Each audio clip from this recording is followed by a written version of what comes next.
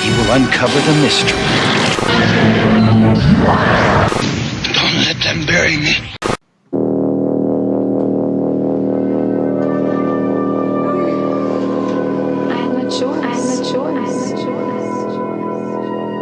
Keep your morals strong. There's still lots of good kids. You just have to weed out the bad. Well, it turned out that the killer was the shy 14-year-old girl that everybody picked on.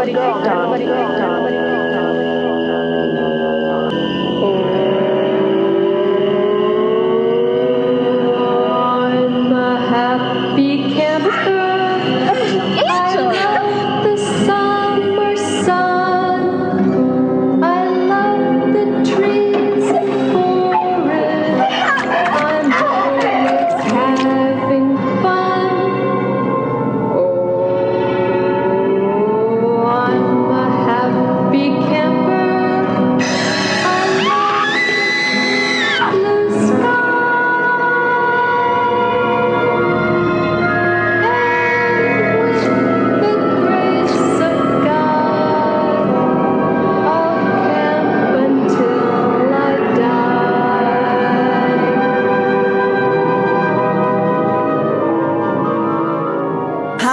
This is Linda Day George, and the Hysteria continues. And indeed it does. Welcome back to the Hysteria Continues, episode 174. And this time we're headed off to Camp Rolling Hills for some R&R, some banjo playing, songs around a campfire, and a little bodily dismemberment, courtesy of our favourite killer, camp killer. Well, maybe not favourite. Is it a favourite camp killer? We'll find out soon. Angela is back in Sleepaway Camp Part 2, Unhappy Campers. So this is a Nathan pick. So hello for myself and Erik and the Shit Sisters, Joseph and Nathan. How are you doing? I'm a happy camper. So everyone get high. You love to drink and fuck. And if you pay me money, my titties, you can suck. That's one of my favorite parts of the movie. Yeah. So anyway, are you happy we're covering this, Nathan? Oh, yes. I'm very, very excited. But I'm always excited. So. Well, I know you're perpetually excited. Yeah, you're like a little puppy. We're talking, horror, and that's always awesome. Exactly. And are you excited to be heading off to Camp Rolling Hills, Joseph? Well, that remains to be seen. But what I am excited about is the new Family Feud style slasher game that we're going to be doing on our 8th birthday. So if you want to be a part, if you want to be a part of this, just send us an email at thehysteriacontinues@gmail.com. Put the feud in the subject title, and basically once I get the questions ready, I'll send them your way, and you can see if Justin, Erik, and Nathan can guess your answers. So it should be fun. Yeah, and Erik's already practicing his good sport loser speech. Yeah. Good winner speech. Mm-hmm. We need 100 people, and we've got like 30-something so far. So. Nathan and Justin. It was we'll trance them to the ground with my 500 points. It remains to be seen, doesn't it? So the gauntlet is thrown down. Yeah, well, I'll get 500. Okay. Just to say, we need 100 people for the survey, and we've got like 35 so far. So, awesome. There you go. Excellent. Okay, and something to look forward to. The 8th birthday coming up very soon in January, isn't it? So we're in November now, so not too far off. And Erik, how are you doing? I am awesome. Well, I'm glad to hear it. This really, yeah. So all good. I'm good. I think I haven't got anything new. Any news? I still haven't seen Halloween. Sorry, bread news. I've got bread news. I've just baked a loaf. So that's not the same as that's not a drugs lingo. In case Nathan was wondering, that is literally I have just baked a loaf. But I still haven't seen. When we get to a stopping point, you'll probably need to pinch a loaf. No, I don't think so. I was going to say my only news is I still haven't seen Halloween because I was waiting for it to come on. They occasionally do one English movie a week, one movie in English a week at the cinema here with Spanish subtitles. And last week it was A Star Is Born. This week, unfortunately, is Venom, which I've no interest in seeing either of those. And so they completely sort of fucked up the chance of seeing it on Halloween in English. So I am probably going to go and see it in Spanish sometime this week. So I will hopefully be able to understand it and report back and be finally actually see the bloody movie. So, but we are, this time, as I said before, we are going to be heading off to Camp Rolling Hills very shortly. But before we do that, in time-honoured tradition, let's have a quick catch-up to see if we've watched anything of note recently. And I know a couple of us haven't got anything. Eric, your cupboard is bare.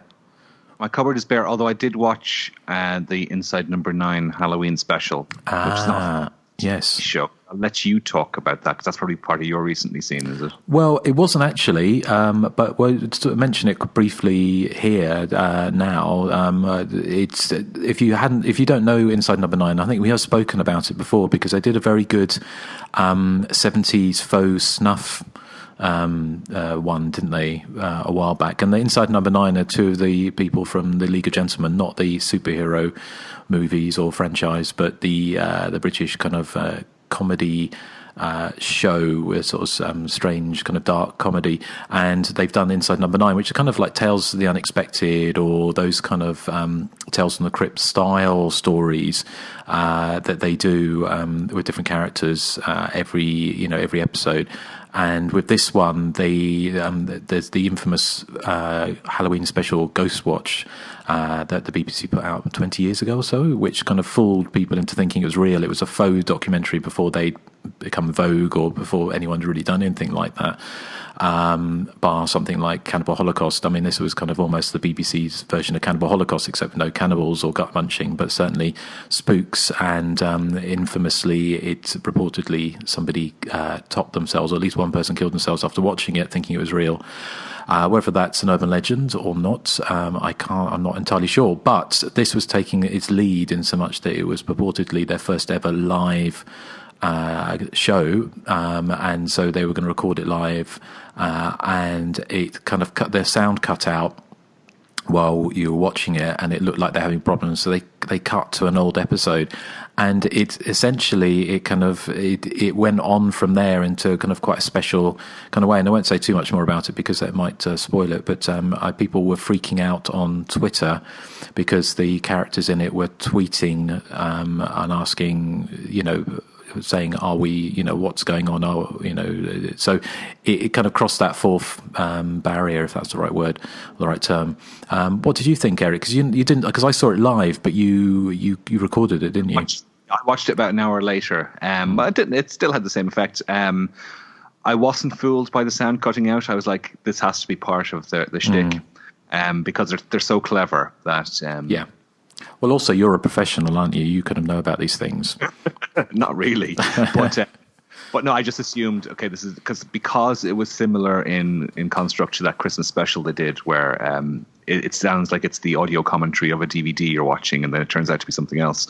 You kind of knew to expect that this was all deliberate. I was wondering afterwards which parts of it were actually live. I wonder if it was just them in the dressing room doing the live tweeting, if that was the only actual bit that was live and the rest was all pre-recorded. I'm not sure, but it was. So, yeah. It was really great fun. They do the horror and comedy stuff so well, and it's probably something I will come on to later with Sleepaway Camp 2. But I'd love to see Reece Shearsmith and Steve Pemberton tackle a movie. I think a horror film done in that style, I think would be awesome. Absolutely. So did you guys, Joseph and Nathan, did you ever see their kind of other special? Because we talk about their Christmas special. Are you talking about Ghostwatch stuff? Sorry? You talking about Ghostwatch? No, Inside Number 9. Inside Number 9. Yeah, I saw the Christmas one for Inside Number 9. I enjoyed it a lot. I kind of want to see this new one. I've never seen it. I want to see it. Well, we track it down. It's quite easy to track down if you look in the right place, I imagine. Yes. That's all I will say on the matter. But yes, that was Inside Number 9. So, Eric, have you got anything else? No, that was it. Okay. Joseph, what about you? My cupboard is bare. Somebody touching my spaghetti. I have nothing. Okay. All right. Well, Nathan, how about you? Yes, I watched Tales from the Hood Part 2. It was all right. I mean, it's an anthology, and like with all anthologies, some stories are better than others. But I mean, I don't know. It's not. I mean, I don't remember Part 1 well enough to. Probably should have rewatched Part 1 before I rewatched Part 2.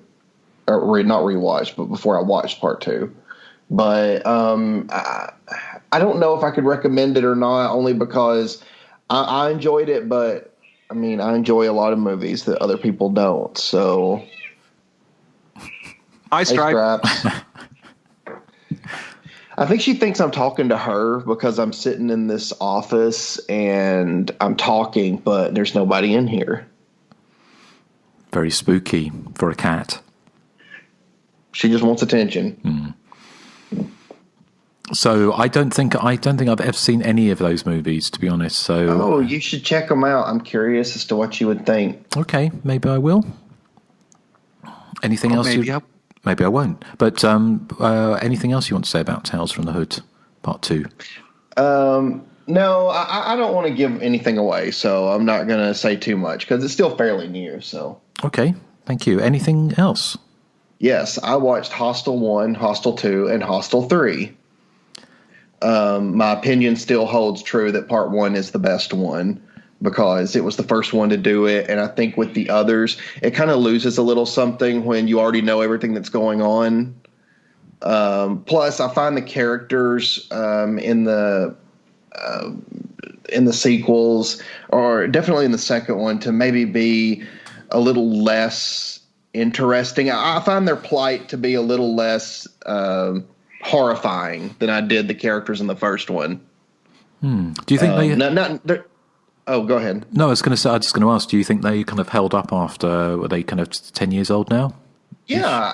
I still really liked it. And, it's funny to me because, I mean, Hostel has this big reputation because I was talking to Wes about it, and he's like, I won't watch it. He's like, I don't like all that torture. And I'm like, yeah, it's one of the original, like, what they would later dub torture porn movies. But, I mean, there's really not anything that bad in Hostel, in my opinion. There's way worse in other movies. I think it's the idea of what they're going through that people remember more so than the actual like gore scenes.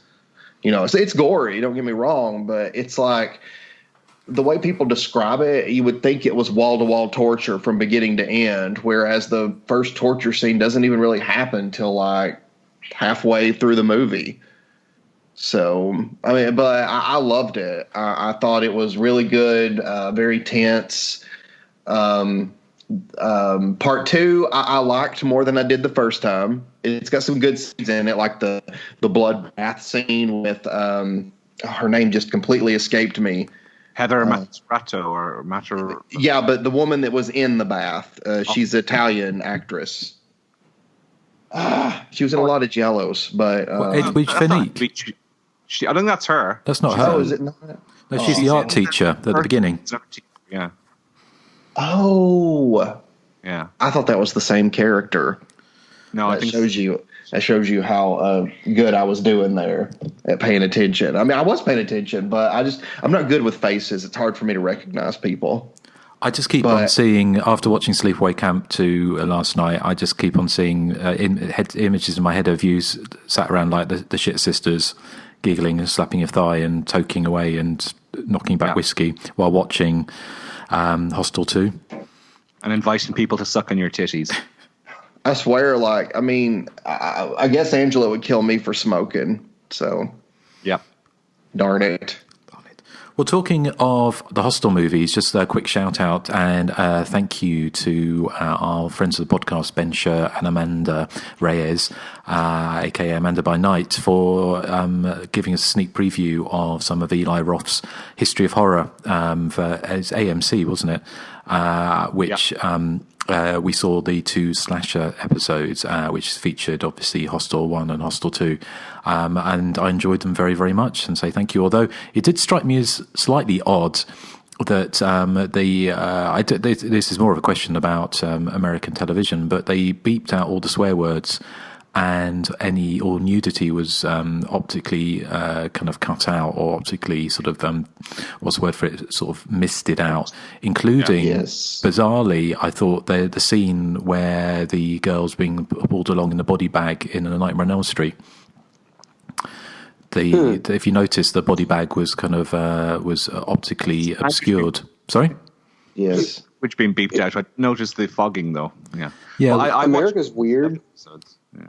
Well, America's weird. It really depends on what time the content airs. Right. Because AMC, like anything after 9 or 10 o'clock, it's free reign. But I guess anytime before that, I think they're afraid that children might see it, so they bleep all that stuff out. Okay. No, it's just interesting. I mean, I thought they were really well done, and it was great to see Amanda on TV, and well deserved. So, kudos to them both, and it was a great series. So, I think they're airing.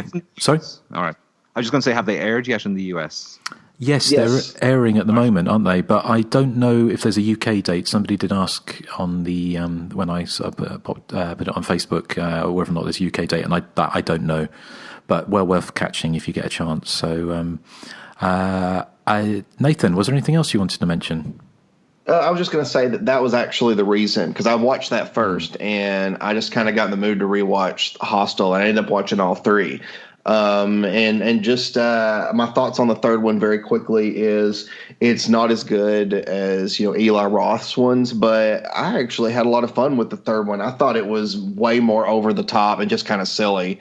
So it was actually a lot of fun watching the third one. So I think Hostel 2 would have been a lot better if they would have followed the 2 guys instead of the girls, because the girls are just rehashing the plot from the first film. I found the two guys who were signing up for the hunting club far more interesting than those girls. I thought their storyline was definitely interesting, and really part 2 loses a lot of points for me because I'm not really going to get into spoiler territory here, but they kill off a certain character, and I do not like it. So I did not like that they did that, so I had to shave off some points for that. Were you worried about their families, how they would react? Well, partly, and you do know that the main feature we're talking about today is where that story came from, right? Yes. Well, we will. So I am going to talk about that. Excellent. Well, thank you, Nathan. Is that everything? Before I don't want to invoke you know who? Yes, rhubarb. Oh no, I'm not in rhubarb mode, and that's all. Okay. Well, I won't say her name 5 times down an alleyway. I think Eric's trying to say something. Yeah, I was just going to say, Nathan said there that watching the Eli Roth House of Horror, or History of Horror, which is it called? History. It really does make you want to watch movies, though, because you're seeing lots of clips. People are talking, in glowing terms about all these films, and it's like, oh, I really want to watch that now, because that's the way I felt watching them all. Even the vampire one, which is, the one I'd be least interested in. Vampires are not really my favorite subgenre of horror, but even then, I was like, oh, I'd love to watch Fright Night right now. So that's one of the great things about the series. Fantastic. Well, I say that is, definitely worth checking out if you get a chance. And I'm sure they'll be coming around again or being put out on pay-per-view. So do check it out. Just a couple of things I'll just kind of whiz through. I was on a 70s devil worship tip last week, and so I caught a couple of films. One film I had seen plenty of times before, and one I had never seen before, but it always piqued my interest. The first one was Mephisto Waltz with Jacqueline Bisset and Alan Alda from 1971 or 72.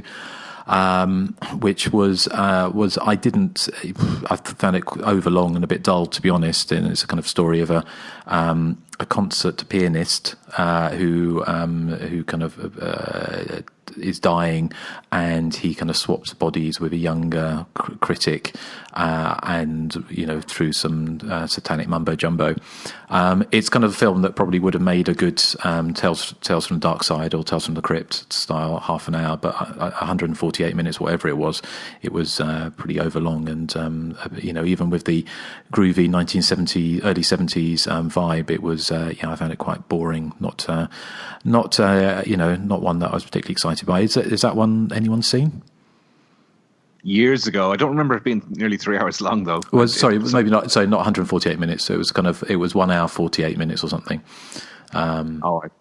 Yeah. So, but that was that one. The other one I did see, which I do love, and I'm glad that it held up because it's been put out on a fairly, a very good presentation, was Race with the Devil from 1975, which has got Peter Fonda and Warren Oates, and I think is it Loretta Swit, about two couples who go out on a state-of-the-art motorhome, and it's state-of-the-art in 1975 because everyone stops and talks about the microwave for about 5 minutes all the way through the movie, and they accidentally stop somewhere. Well, they stop somewhere and accidentally see a satanic sacrifice, a woman being sacrificed, and then they get chased by devil worshippers across America, essentially, stopping every half an hour for cocktails, which I think is very 70s and which is fantastic in my book. It's a great movie. It's very silly. But it's kind of. I remember seeing this on the BBC double bills back in the early 80s on TV, and it kind of really stands up as a kind of a fun with a capital F horror movie, and also like a car chase action movie as well, with Peter Fonda looking very much like Jarvis Cocker or vice versa. So yeah, that's great. Have you guys seen that? Do you remember that film? Yes, love it. It's so good. I love the ending.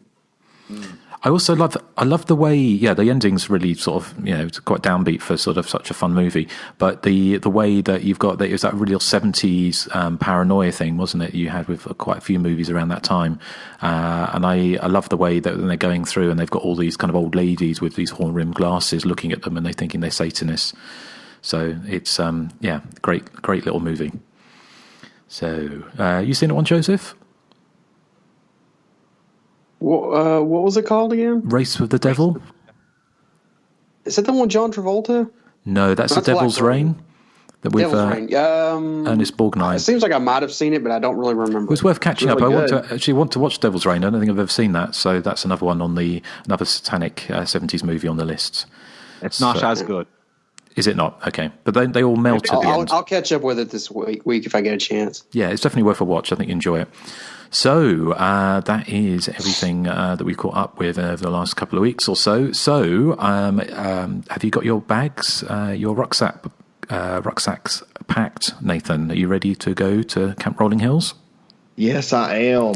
So you got your panties. Yeah, and are you ready to give us a prep talk? Our kind of our first day orientation. Justin, Erik, and Joseph, welcome to Camp Rolling Hills. Meet your camp counselor, Angela. She's the kind of counselor who enjoys camp songs, nature walks, board games, and murder. In fact, she does wonders with a chainsaw and drill press. It all started 6 years ago at a nearby camp. Apparently, a shy 14-year-old boy went berserk and committed several grisly murders. Could it be that the unhappy camper has returned as counselor Angela? The boys and girls at Camp Rolling Hills are about to find out. But as each rowdy camper discovers Angela's secret, they're immediately sent home in a bag. Until only one camper is left. It's the classic battle between camper and counselor. Sleepaway Camp 2. Sign up and become a dismember. That was the back of the box for the VHS of Sleepaway Camp 2. This is one of my favorites. It's amazing in every possible way. I think all the characters are fun. I don't find there to be any boring moments whatsoever in it. There's some classic death scenes in it, probably particularly the outhouse death scene, which is unbelievably disgusting.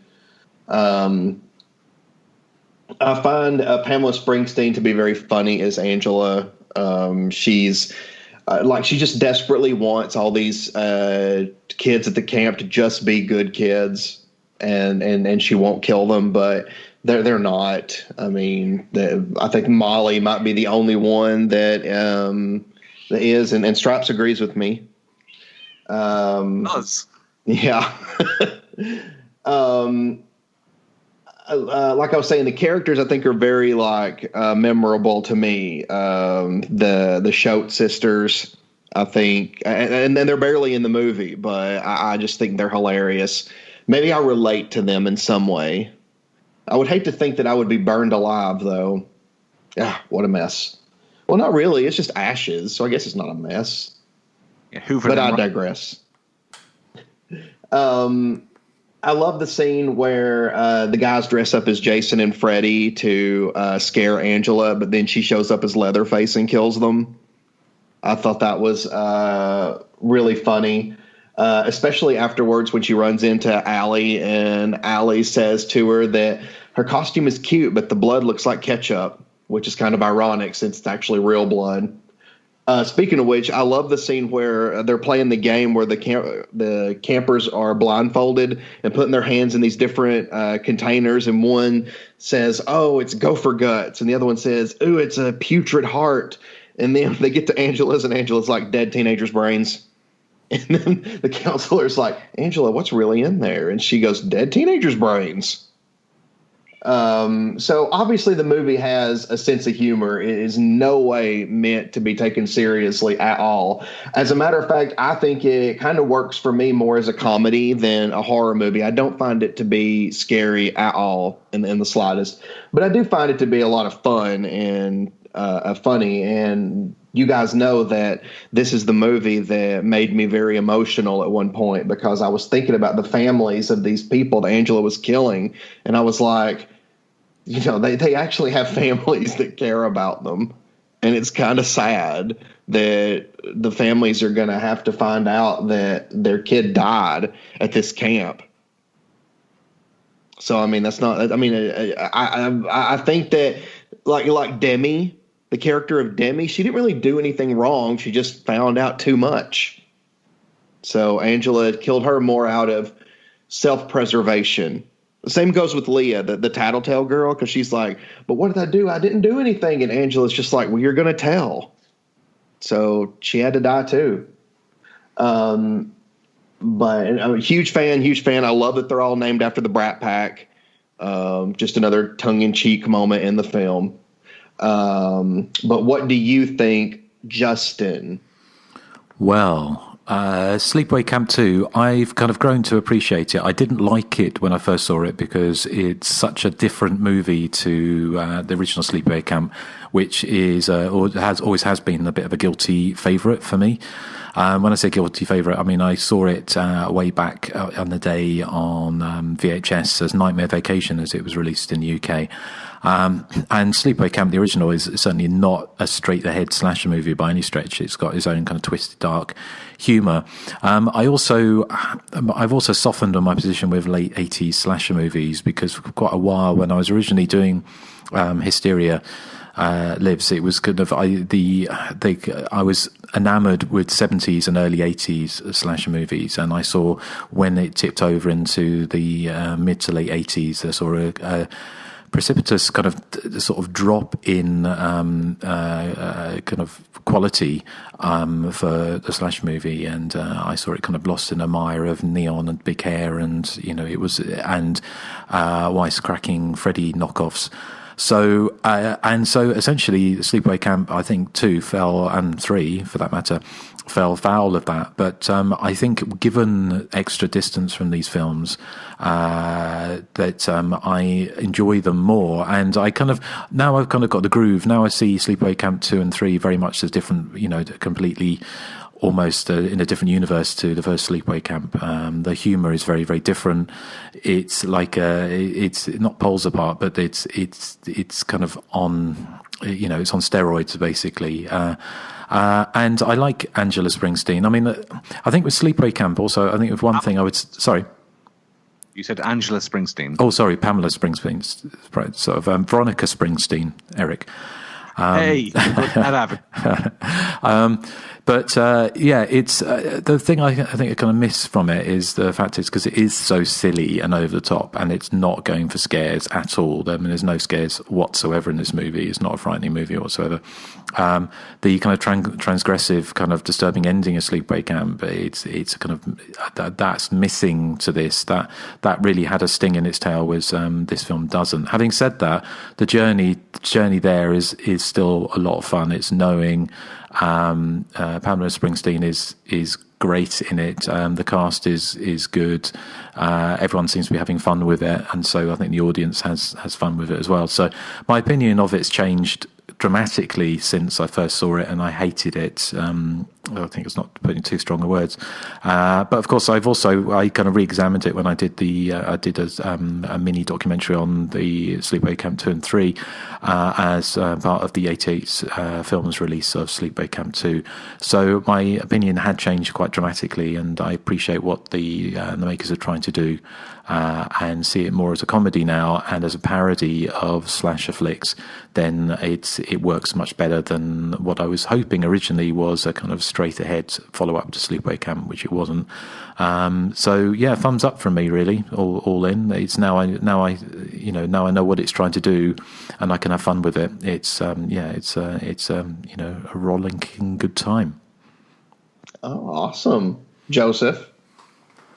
Well, I was never a big fan of Sleepaway Camp 2 or 3. I'd always preferred the darker, kind of surreal tone of the first film.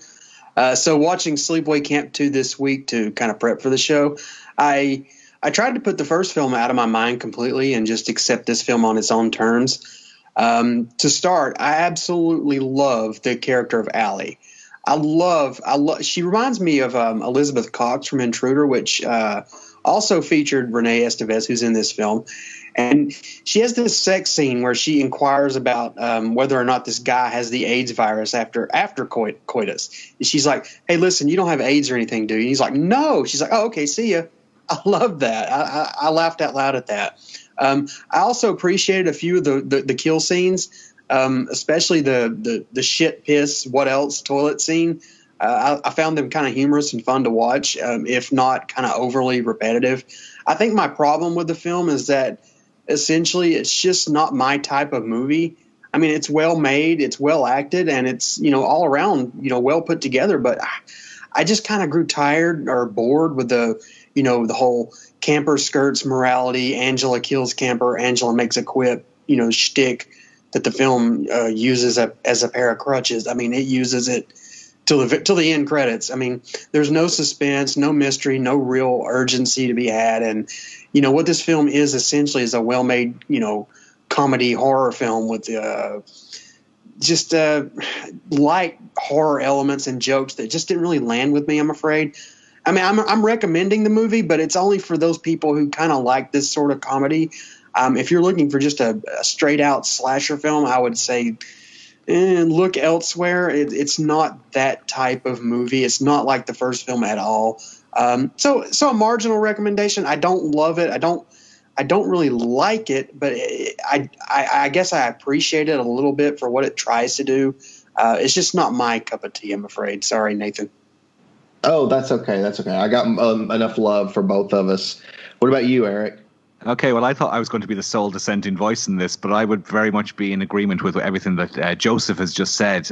Whilst I really like the original, I find that the two sequels, I've never really warmed to them. I find them a bit flat. I mean, I think they're okay, but they're not ones that I would, that hold up to repeat viewings for me. I kind of like the first portion of Sleepaway Camp 2. I love the woodsy summertime setting. It's very kind of Friday the 13th, but my attention constantly wavers every time I sit down to watch this film. It's only 79 minutes, so it should fly by in the blink of an eye. But 20 minutes in, I'm usually sort of, I think I'll play a game on my phone or look at my iPad or something. The heavy emphasis on humor is it's always a gamble in these type of films for me, and the gamble doesn't pay off in this. I don't find the film funny in the slightest. I find the humor 95% of the time just falls flat in its face. It doesn't work for me, and it doesn't work as a horror film either. Obviously, as Justin was saying, they're going more for comedy than they are for horror. So the script to me feels like it was thrown together in about 5 minutes. It just doesn't feel nothing seems to go anywhere. It feels like an entire sort of middle act of a film, and it feels like there's no sort of prologue or epilogue to the film at all. It just feels like we've been landed sort of in the middle of a film, and it sort of ends abruptly as well. The kills, I suppose, are interesting, but they're rather suspenseless and boring. One thing I did notice about the film is that it feels like there's no score in the film, although there is in places. You can hear music in the background, but a lot of the murder sequences are done without any kind of music done in the background, which can work for certain movies, but in this one, I think it makes the film feel unfinished. It sometimes feels like you're watching a work print version of a film. But I mean, as you said, I do like some of the things. The campers all named after Brat Pack actors. It was kind of fun to sort of work out who was who. It took me a while to work out the TC, and who has the world's most amazing mullet, by the way. He actually reminds me of Ron Perlman with a mullet. TC actually stands for Tom Cruise, I discovered when looking into the back of the movie. So, Mr. Cruise gets in there somehow as well. And I like the nod to other slasher franchises. I like the scene with where the boys dress up as Freddy and Jason to scare Angela. And I mean, the scene has a lot of promise early on. But again, Angela's tiresome quips every time she commits a murder, they're just not amusing to me, and they're not clever. She really... The writers should have come to me for some of my jokes of the week, which would have helped, I think, boost the humor level of the film. And I think we can all agree on that. What? I agree with you, Erik. I like I was wondering if the abandoned shack in the middle of the woods with all the dead bodies in it was a nod to Friday the 13th Part 2, because it had that kind of vibe about it. And I love the girl who and I don't think anything becomes of her character, because she just appears and starts going, "I want to go home. Please let me go home. Will you listen to me? I want to go home." And then she goes home, and that's she doesn't get killed or anything, does she? Did I miss something? No. So I don't understand what the purpose of her character was, but I liked her whininess. It was quite funny. Wasn't she the one that gets drilled in the car? No. That was the one. That's a different one. She's the one who goes, "Nice girls don't have to show it off." Isn't that her? Yeah, Mare. Mare, okay. Yeah. They are, but I do agree, Justin, they're kind of interchangeable to a degree. I found the final girl played by Renee Estevez to be a bit bland, and without being too disparaging, I find Angela as a villain a bit bland as well. Yeah, I mean, I think the film is okay at best. Sorry, Nathan, it's not a classic for me. I think it has lots of potential, and the setting is terrific. I love the Friday the 13th vibes they're trying to go for, but they don't pull it off. No, that's okay, because my next pick's going to be Part 3, so be prepared. Oh, that sounded like a threat. It is. Well, just take my thoughts from this episode, and then put them in Part 3, and then you got an episode. Mine too. No, you're going to have to rewatch it. Okay. Well, I was trying to think. Is there anything else we want to say about the movie? Well, what are your thoughts? That's great grammar. About TC's mullet. Is it something we all would like to grow? I like it. Still, the best mullet ever is the dude from Ice House, but TC does have a great mullet. There's another great mullet. The guy who dresses up as Freddy has a great mullet as well in this film. Oh, yeah. His is a little bit ridiculous, too. Mm. Did you feel sorry for the characters like I did? No, not even slightly. What? Even the girl that said nice girls don't have to show it off? What did she do? That's my favorite line in the whole movie, is when she does that mimicking of Angela and she goes, "Nice girls don't have to show it off." I like that bit. See, I think Angela is kind of boring here. I much preferred Allie. I was like all up in her shit through the whole film until she died. Well, that's just because you think she's attractive, I bet. Well, it's not so much that. I just think she's a very well-written character. I just think Angela is just so repetitive here, and she just bored me to tears. Oh, no, I think Angela was amazing here. I think she was a very chipper, upbeat killer. How many killers do we see that are this upbeat? I don't know their job of killing. I would have to agree with Joseph, I'm afraid, Nathan, because I find her really boring. And Ali and Mare, I think, are the two interesting campers you'd like to see more of. And I suppose it's good that Ali doesn't get killed until maybe the 2/3 of the way through. So she's in quite a lot of it.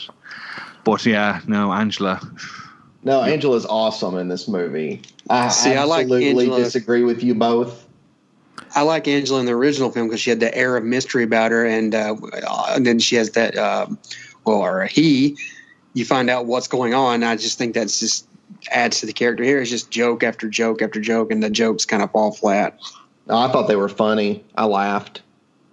And I actually prefer part 2 and 3 to part 1. Gasp! I know I'm the only one that feels that way, but that's just how I feel. I prefer the high body count, like jokiness of 2 and 3. I mean, I like to have fun with a movie, and I'm not saying the original Sleepaway Camp's not fun. I love it. I love it too, but I just prefer these two. The tone of them, the Happy Camper song. Well, I think these, if there are any films that were made that would fit right into your canon or up your alley, then it would be these two, wouldn't it? These two sequels. I think they have your, you know, they have you, you know, they're basically like a pair of slippers, aren't they? Because they're perfect movies, perfect Nathan movies. And I like them more than Erik and Joseph do. I think partly because I had to, but I was kind of I covered them for the 88's release, so it made me kind of re-examine them and sort of really pull apart what they were trying to do. And I think they work in that. I mean, I agree with Erik and Joseph that I prefer part 1 because I think part 1 is a more interesting movie and it's a better movie than either the sequels. But I do like the sequels now, and I did find they kind of hold my attention. Angela, Pamela Springsteen's Angela. It's a difficult character to do, and I think she brings that kind of mixture of chippiness. But what they're never like, my biggest criticism of them would be that there's never, it's all played for laughs. There's no menace. There's no kind of chills. There's no nothing in these movies. But they're not attempting to do that, are they? I think not even with the trucker at the end. What, when she's going? No. Well, hardly. She's going to reiterate. I think Pamela Springsteen is good here. I just think she's better in small doses. Let's see. I love that she's kind of the main character of these movies. But see, I even liked Molly's character. I thought she was just the kind of the over the top cliche of the good girl. Almost to, like Justin said, almost on a parody level, like how innocent she is. Quote unquote. She's not that innocent. Well, I think, like you say, I think it is a kind of parody, isn't it? The whole thing is a parody, and when we get onto background, it's certainly they were made as comedies, weren't they? Yeah, I think that that's true. Well, shall we? Do you guys remember the artwork for these? I do indeed. Well, there's some different artwork, isn't there? Do you mean? Yeah. What? I was thinking over here the VHS was basically supposed to be Angela carrying a backpack with Jason's mask and Freddy's glove in it. Yeah, but it's a different model. It's not Pamela. Yeah, it's not Pamela Springsteen. Which is quite good. It's kind of cheap looking, I think. I much prefer the UK artwork under the title Nightmare Vacation 2, which has a painting of Pamela Springsteen with Jason and Freddy behind her. And actually, the likeness of Freddy is really good. I'm wondering if they had any copyright issues with it, but I much prefer that artwork. And on the 88 Films Blu-ray that I have here, you can it has reversible artwork on it. So I have the Nightmare Vacation 2 one displaying here. Why do they change it to Nightmare Vacation? Is like this camp not a thing in the UK? Not a huge thing, no. But I mean, the word vacation is very American as well. We say holiday over here. Yeah. So again, they're swapping it from one kind of Americanism for another. But I think it's when we probably did cover Sleepaway Camp. I think we don't have sleepaway camps here. People don't tend to send their children away for the summer in the UK like they do in the States. Because how long do sleepaway camps? Is it the whole summer that people get rid of their children? It's usually like 2 to 4 weeks. Okay, but I mean, we don't have that here because partly, I don't know why, really. I mean, there people do go camping and various things like that, but we don't have that kind of setup of kind of. So I think possibly they thought that people wouldn't know what a sleepaway camp was. So it kind of gets from the title. Yeah, you would, but then I mean, it's it's somebody somewhere probably thought that people wouldn't understand it and it was too American or whatever. But so they changed it. So they kept it as Nightmare Vacation through the sequel and the second sequel as well. So. Yeah, I'm just guessing Sleepaway Camp doesn't indicate that it's a horror in any way, whereas Nightmare Vacation does. Yes, that's true. That's true. I mean, I agree with you, Eric. I think I'm surprised that the copyright owners of Freddy and Jason didn't, and Leatherface for that matter, didn't have their ears prick up when they saw that. And certainly the UK version, which made it the Freddy Krueger face is one that I think is. I adorned the front of Fangoria, or certainly one of the promo images from Nightmare on Elm Street Part 2. So it was like a direct lift from that. Yeah, it always surprised me that bit. But I like the way that's their selling point for the film on both the American and the UK artwork is that it's got Freddy and Jason iconography on it.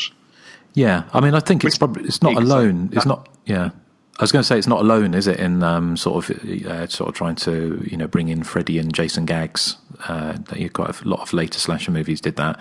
I mean, we covered Unmasked Part 25, didn't we? And that was the whole concept was, like really parodying Jason. Mm. So yes, I liked Mare's death scene and everything leading up to it because they're getting even with the guys. And while they're in the guy's cabin, they're saying, we want our bras back. And Mare's like, well, if you don't give them back to us, you're going to be seeing a lot of this. And she flashes everybody and then turns around and Angela's standing right there. And she's basically flashing Angela, which I actually thought was kind of funny. And then I love that Angela's so hung up on boobs because when she pulls over on the side of the road when Mare's going to go home and Angela's like, I'm sorry you feel this way because even though you did a cheap, disgusting act by exposing your breasts, I really don't think you knew any better. And I don't know, just the way she says it. It's almost like in the beginning when she sees Allie who sleeps in the nude and she's like, Allie, I'm sure we'd all agree you have nice breasts. Like she's like she hesitates before she even says it. That's showing that Angela's still kind of hung up on sexuality. Well, it's a lot of. Ali does show off her breasts a lot, doesn't she, in this movie? Far more than probably any other slasher movie that I can think of. It's got more topless nudity by one character. Yeah, Ali was. I don't want to say tramp, but she made her rounds around the camp. She was the sleepaway tramp. That could have been a spin-off, couldn't it? That could have been your joke of the week. Yeah, Eric, look what you've done. No. But I was thinking about. I was watching it again last night, and I was thinking about I don't want to get too deep into it, but the sexual politics of it, as far as kind of like, could you make a film like this now for the kind of a teenage audience? And the answer's probably not, isn't it? Or people probably wouldn't make a movie for with that much nudity and people going on tit patrol and things like that. It was kind of a very different time. It was almost it's tit patrol. Sorry. You send the tit patrol. Well, they what said, did you think? What did you guys think of Allie's move to get Sean when she comes up out of the water in her white T-shirt? I thought when she did that, I was like, that's subtle, very subtle. Trying to do all the time. I could see you doing that, Eric. I'm just surprised Eric, you didn't do you lay around topless all the time? I am topless right now. Mm-hmm. I'm just surprised she didn't go and sort of sit opposite on a deck chair and then sort of cross her legs like Cupid's stunt. Sharon Stone. Sharon Stone. But Cupid's stunt is there's a character in the 80s. Kenny Everett did a kind of drag character called Cupid Stunt who used to keep on crossing, exaggerated crossing his legs. But they didn't go that far. No. Yeah. I mean, the thing is, in some ways, it's kind of weird because, I mean, from the bad taste quotient, actually, the Sleepaway Camp, the first film, has more near the knuckles bad taste to it, doesn't it? Like the curling iron scene and the pedo chef and things like that. mustache that's made of tape. Yes, that as well. The first film feels like a very much darker version of a John Waters film. This one reminded me a bit of Unmasked Part 25. It seems to be more of the kind of Meatballs style of filmmaking, or that kind of mid '80s comedy, teen comedy, wasn't it? Whereas the first film, I think, it certainly hit the nail on the head with the John Waters style of thing, because he certainly goes in that sort of darker place. And although there's, the Ali's death in this by being shoved down that outside loo and covered in leeches is one of the most disgusting deaths in slasher movie history, isn't it? I mean, by the very nature, she's basically drowning in shit and and being eaten by leeches. Sorry? Dream come true. If you're into scat, it probably is a dream come true. Yeah, but I don't think she was, though, was she? We don't know that. Well, she seemed like a plain vanilla type of girl. She didn't seem to be enjoying it. Sleepaway scat. Oh, dear. So... Tell us again about seagulling, Justin. I don't talk about those things anymore. But I was just going to talk about Pamela Springsteen, just because you would have thought she seemed to attack the role in the first two films. And of course, they were shot back to back, weren't they? More or less, I think. So the only thing she really did was get a shaggy perm for part 3. But she'd been in a number of the director's other films, hadn't she? And but she kind of retired. And as far as I'm aware, I mean, Nathan, as a super fan of these movies, you might know if she's ever commented on them in recent years. Not that I know of. She's certainly not been involved in any of the special editions, because I know Scream Factory put these out, didn't they, in super special editions, and obviously 88 Films put them out in the UK. And I imagine they would have tried to get Pamela Springsteen, but she either... I don't know, I don't know what her thoughts are, whether or not she's... all you can think is she's keen to distance herself from these movies. Yeah, I mean, I'm guessing that's the case. I don't know. She just... I've just never seen... and I tried even before this episode... I looked everywhere I could possibly think of to see if she'd ever mentioned them, but I can't find anything except for just footage, behind the scenes footage from actually when they were filmed, but nothing like since then. Yeah, it was interesting. I mean, should we go on to talk a bit about background? Well, right before we do, I just wanted to say that the last thing I was going to mention is how interesting it is that towards the end, when Molly comes into the cabin and Angela's like, well, I guess we're the only ones left. And Molly's like, you sent everybody home? And she's like, well, yeah, I had no choice. And the next day she's so upset over getting fired. But I'm like, Angela, you basically killed your own job. Like, you're the reason. I mean, there's going to be nobody left for you to counsel her over. And like, they're not going to have like one counselor for this one camper. So I'm like, Angela, that was a little bit of karma, retribution coming her way, I'm afraid. But anyway, I just had to say that. Oh, thank you. You're welcome. Good. So background, who'd like to kick off some background on this movie? Nathan, what do you have? I have a few things. Pamela Springsteen is Bruce Springsteen's sister. Renee Estevez is the sister of Charlie Sheen and Emilio Estevez. The film was shot in Waco, Georgia. And as we said earlier, they're all named after members of the Brat Pack. The sex scene between Allie and Rob had to be shot with an extra playing Rob because the guy that played him was a minor, so he could not be involved in that sex scene. Well, he was underground looking for coal. Oh, that's got to be it, Laugh whatever anyone does, whatever you do. Don't laugh at my wonderful joke. Well, we weren't prepared because it's not time for the joke of the week. That's why, we weren't in that zone. Still upsetting, though. It was filmed and wrapped in 1987, being released a year later. And like Justin said earlier, it was filmed basically back to back with Sleepaway Camp 3. I happen to love both movies, but I think my favorite in the Sleepaway Camp universe is Part 3. And Felissa Rose did not return as Angela. I've read different things. Like, I've read that she was preparing to attend college, but I also read that, she didn't get asked back. But then I also read that she did a reading and didn't click with the the character they were going for this time around. So I actually do not know which one is true.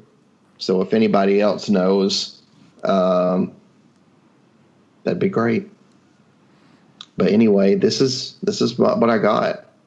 Okay, well, thank you, Nathan. Joseph, what about you? I've got nothing. God, it's like Freaky Friday, isn't it? I just didn't have I barely had time to watch the movie. No, I'm only joking. I'm just saying it's kind of like this switching roles with Nathan. Yes. So, but no problem. What about you, Eric? Okay, I have a few bits. As Joseph has said already, Renee Estevez went on to be in Intruder, the Scott Spiegel slasher movie. She was also in Heathers, which I'd forgotten about. Walter Gotell, who is Uncle John in the movie, he's a famous face if you're a Bond fan. He was in a number of the Roger Moore-era Bond movies. My three favourites, in fact, The Spy Who Loved Me, Moonraker, and For Your Eyes Only. This film, unbelievably, as tame as it is gore-wise, was cut by over 2 minutes when released on VHS in the UK in 1988 under the title Nightmare Vacation 2. The majority of the cuts seem to be, a whopping 117 seconds taken out of the alley kill scene where she's shoved into the outhouse toilet, which is really weird because it's not really gory. I know it's disgusting, but it's not terribly violent. Do you think that was because, I did wonder about that, and I wonder if it was because they had a real bee in their bonnet about what they could term imitative deaths, where people might actually sort of try and copy it and push their brother or sister down the outhouse toilet? I don't know. We really have outhouse toilets in the UK and Ireland. No, we don't. So yeah, it's a bit bizarre, isn't it? Unless they were worried about people going to Glastonbury or festival and sort of pushing their friends down. Mm. Yeah, but you wouldn't fit though, is the thing. No, unless you're a small person. Yeah. The theme song, I didn't realize this until I was watching it this week. The theme song is actually performed by Anvil, who were that heavy metal band that found fame maybe 10 years ago or so, and that documentary about how they were supposed to be the next big thing and then didn't become the next big thing was in cinemas and that. And it's actually a really good documentary, although it's very obviously staged, a lot of it. I don't know if any of you have seen the Anvil movie. No, I haven't. No mention of Sleepaway Camp 2 in it, though. The budget on the movie was about $500,000. Brian Patrick Clark, who is TC, Tom Cruise, with the famous mullet. I'm looking at it right now on the screen, and it's got great bounce to it. I wonder what conditioner he uses. He broke his ribs in a car crash on the way to the set on the very first day of filming, but he soldiered on like the brave little actor he is. Pamela Springsteen, as you said, she is a very famous photographer now, and she's done a lot of album covers for her big brother Bruce, also for Tears for Fears, Olivia Newton-John, Alison Krauss, Ice Cube. So she has a career as a professional photographer now. Maybe that's why she doesn't want to be associated with Sleepaway Camp 2 and 3. I don't know. Valerie Hartman, I think she's the actor who plays Ali. She went on to be the Raccoon Wrangler on Sleepaway Camp 3.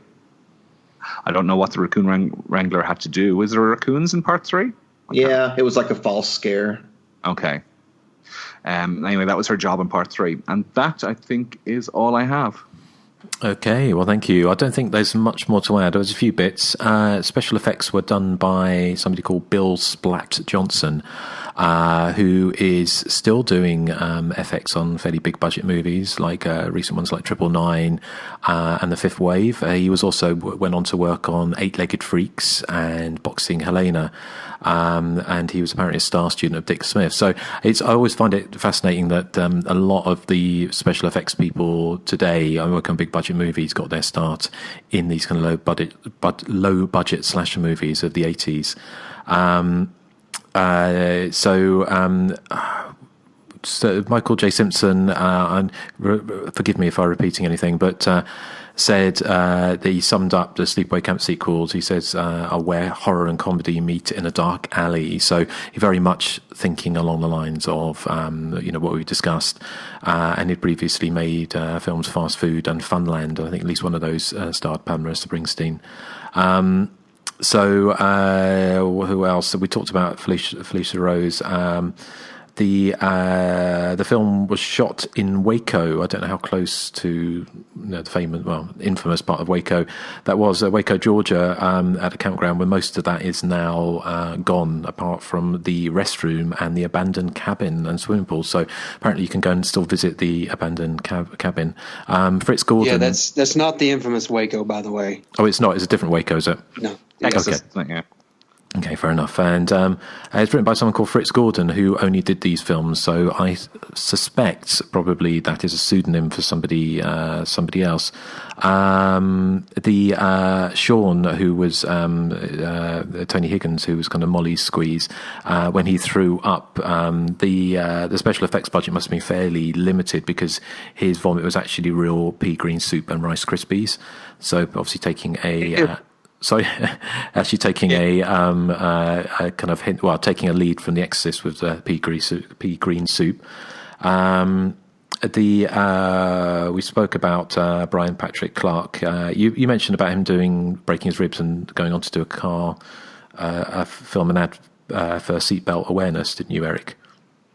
I didn't mention the seatbelt awareness. Oh, no. No. And when he's got acid thrown in his face, that was a mix of Sprite and Alka-Seltzer. So it just goes to show you don't need sort of $1 million budget effects.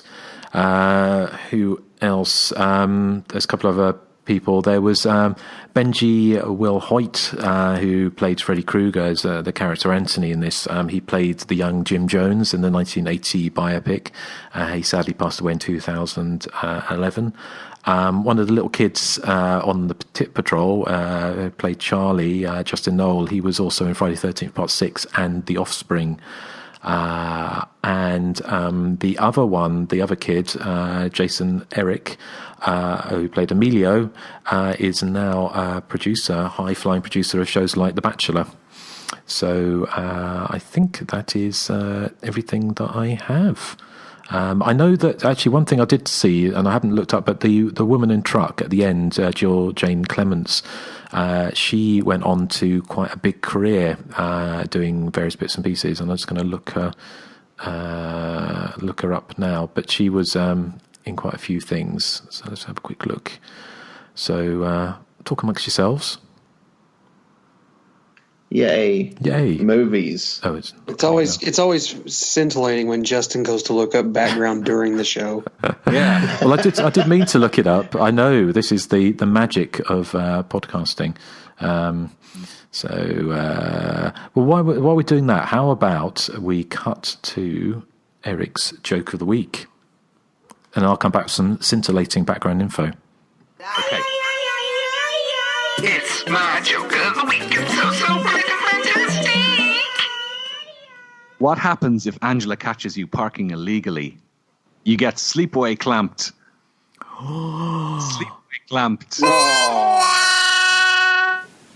Aww. Where do farmers go for their Where do farmers like to go for their summer holiday? To Sheepaway camp. I like that one better. Well done, Erik. Now, there, I killed some time for you, Justin. Have you found your information? I have, yes. The actress's name was Jane Clements, and the reason why she was on The Walking Dead, Ozark, the Netflix hit recently. She's also in Rings, the movie, which I didn't see. Did anyone see Rings? I expect Erik's seen quite a few Rings in his time, Yes. but I have seen Rings, yes. was it any good? Is it worth watching? It's mediocre, but it's okay. It's better than the reviews suggest, but still not brilliant. Okay. She was in films like The Hunger Games, Catching Fire, Need for Speed, Flight with Denzel Washington. So she's been in quite a few movies. I don't think massive roles, but given that she got a start being killed by Angela at the end of Sleepaway Camp 2, then that's quite something. So that was that. But Nathan, did you want to do an after the credits? Or we kind of know what happens after the credits, don't we? Or do you want to do one? Well, I mean, we know that Angela goes on to another camp, but I just want to say that it's obvious that Molly survived, and the director has confirmed that, by the way. So that's what's most important to me. So did Molly ever come back? Because one thing we didn't, I mean, obviously not going to talk much about it, but the fact is the Sleepaway Camp universe, there were an aborted sequel, wasn't there?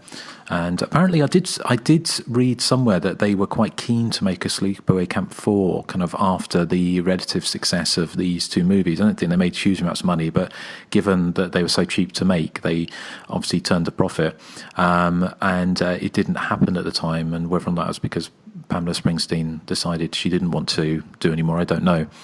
But there's been a number of them. None of them have been particularly memorable as far as I remember anyway. There's the the lost footage that I think John Kliza from Retro Slashers was part of. Yes, putting together, and then they made that sequel to Robert Hiltzick's film, I think, which ignores 2 and 3, if I recall correctly. But that movie's awful. So, do you like part 2 better than part 4, Joseph? Yes, much better. All right, I'll settle on that. Okay. Well, how about maybe get some feedback? Because I think there's quite a lot of people have written in about their thoughts about Sleepaway Camp 2. So, Joseph, do you have that to hand? This might be the most feedback we've ever gotten for a movie, so I'm going to kind of blaze through this right now. John Matthews from Facebook says, I remember finding our local Australian VHS in a bargain bin many years ago. Our VHS cover actually was unique in the fact that it recreated the shoe with a knife sticking through it, like the original poster of the first film. Upon getting home, I was surprised by how different the tone was. However, upon multiple rewatches, I prefer part 2 and 3 over the original. So much fun and over the top. While don't get me wrong, I like the first film, but they couldn't be more different. Mikey Faulkner says, I give it 2 exposed breasts out of 3. Andrew Rooney says, the shorts weren't short enough. Michael Meep Ferrari says, I want to marry Angela and make babies with her. I don't care if she still has a penis. We'll make it work. Shane Lambert says, although it may not surpass the original in terms of a cult classic, there's something I love about this one. It's cheesy goodness. The moment where Pam Springsteen proves that musical talent isn't genetic should not be missed. Ted Rawson says, I think it's unique. The killer is the protagonist and you know their identity. So it's akin to Maniac or Don't Go in the House or Silent Night, Deadly Night, but with a female. I like it. Erik Klingenberg says, campy and very fun. My favorite of the Sleepaway Camp franchise. Patrick Noren says, a classic for sure. Been years since I saw it, but I did enjoy it back then. I agree with Mr. Nathan Johnson that Sleepaway Camp 3 is the worst and best of the series. I don't know what he means by that, but okay. Scott Pliskin says, I feel bad for the families of the victims. So there you go, Nathan. He also feels bad. I'm glad that he brought that up. Oh, and I think what the other guy means is that he thinks it's the worst as in like the worst made, but the best as in entertainment value. So I think that's what he's saying. Okay. Tim S. Turner says, I'll never enjoy the sequels as much as I enjoyed the original, but there's some fun to be had. Pam Springsteen is a delightful villain, although the fact that she looks a lot like a friend of mine is a bit disturbing to me. Wayne R. Zenith says, my favorite out of the trilogy, the most fun out of the 3, I think. Mike Justice says, I'm a fan of wildly divergent sequels, and Sleepaway Camp 2 is up there.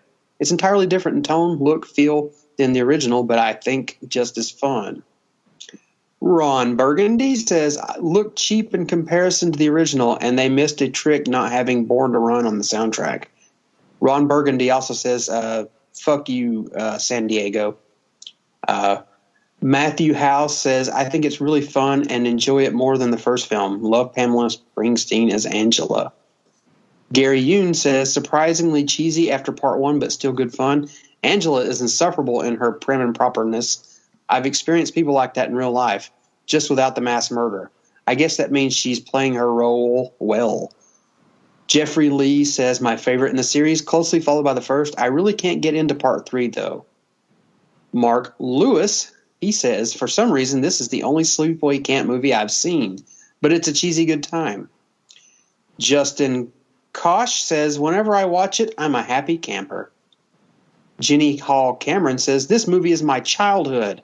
I had so much wear on my VHS. I wanted to go to a summer camp to fornicate and beware the wrath of Angela. Although I feel Felissa Rose was a great actress, Pamela Springsteen was totally awesome, and Renee Estevez was a great final girl. The Brat Pack named campers were a kick to watch die one by one. Let's see. Nick Yeoman says, I honestly didn't know what to make of the Sleepaway sequels when I first saw them. A totally different feel than the first film that has definitely grown on me over the years. I'm more likely to reach for my copy of this than the original now. Fun times. Matt Hume says, I just watched this again recently and I really enjoyed it. The Sleepaway Camp sequels don't get enough praise. The first film has that iconic transgressive ending, but overall, the sequels have a better over-the-top 80s feel. Okay, David J. Jerig says, fun flick. I only just saw this a few months ago, having grown up seeing the VHS box on the rental rack in my formative years. I always thought the cover looked cheesy, even at 10 or 12, with its copying of the Freddy glove and the Jason mask and all. But it proved to be a creepy, funny romp. Rating C+. Tom Virtuoso says, Part 2 is my favorite of the franchise. The camp is on point from start to finish. It's almost as if it's all a big comic strip. One-liners, the dramatic banter, the scene setups, the nighttime lighting. The music is great, too. Definitely a fun choice for group viewing. Elias Vasquez says, what a retreat from the original movie this is. Still love it, though. Pam Springsteen, the 80s fashions, and the shitty acting. Finally, you guys covered it. Can't wait to hear your thoughts on it. Okay, over on Instagram, Tapes by Dawn says, I know Nathan loves these sequels, but I would have to say as much as I love Unhappy Campers, I feel that Pam's acting is mad whatever. I think she's funny, but when she tries to be mean and evil, it falls flat. But I do like the kills. Benevit 1979 says, it's about time. Killian H. Gore says, I love that movie. Eugene Weaver 9 says, looking forward to listening. I've always liked the Sleepaway Camp series. Instagrande 10 says, probably my all-time favorite slasher movie. It has everything a good slasher needs. Boobs, blood, and mayhem. You have my favorite killer ever in Miss Pam Springsteen as Angela Baker. The thing we love about her, too, is that she has morals. If you broke her rules, she's going after you. The classic poster artwork, panty raids, colorful characters named after the Brat Pack, and creative kills make this one of my favorite slasher movies. Long live the Angel of Death, Angela Baker. Spinell Joe says, love it. Looking forward to the episode. Clay Rendering says, finally. Blaine Geyser says, love this. So much camp, pun intended. It takes the original and turns up the ridiculousness by 11. Always had a special place in my heart. And on Twitter, we have Alexis Romero, who says, it's an entertaining, somehow gory slasher flick. It's a sequel to a straight slasher flick. I mean, the original had no black humor and was all about gore, and the now infamous creepy ending. I think the original had a lot of black humor. Anyway, the sequel is more of a black comedy with some gore and cheesy one-liners. Scott Ellis says, I love it. Pam Springsteen is great in it, too, and now I have the Happy Camper song stuck in my head. Dom O'Brien says, absolutely a personal favorite from the 80s slasher period. I think that I might actually prefer it to the first. I also have a soft spot for Sleep Camp 3, Teenage Wasteland. Zach Clopton says, it's probably my all-time favorite 80s slasher movie. Travis Davis, he says, it's one of my favorite films of all time. I love the characters, especially Allie and Pam Springsteen's Angela is so much fun. Please do an episode on it soon. Okay, we will. Simon Peterson says, it's just okay, better than the ones that follow it in the series. Alan Dorick says, brilliant. And finally, Neil, no last name, says, fantastic. Pam Springsteen is a revelation as Angela. The perfect mix of horror and comedy. And boy, that's a lot of feedback. Yeah, but they like 90% of them seem to love this movie, which makes me very happy. Thank you, listeners. That's well. Thank you. Thank you for getting in contact with the show. And this is how to get in contact with the show for our coming episodes. The content of this podcast was provided by Justin, Joseph, Eric, and Nathan. If you enjoy our show and are willing to provide a donation, please consider becoming a Patreon subscriber at patreon.com/The Hysteria Continues. Your monetary kindness keeps the show on the air, and in return, you'll have access to exclusive content not released elsewhere. Also, like us on Facebook and follow us on Twitter to stay up to date on all of our future shows and Blu-ray commentary releases. For general feedback, our email address is thehysteriacontinues@gmail.com. And once again, well, as ever, thank you ever so much to the people who support the show through Patreon donations.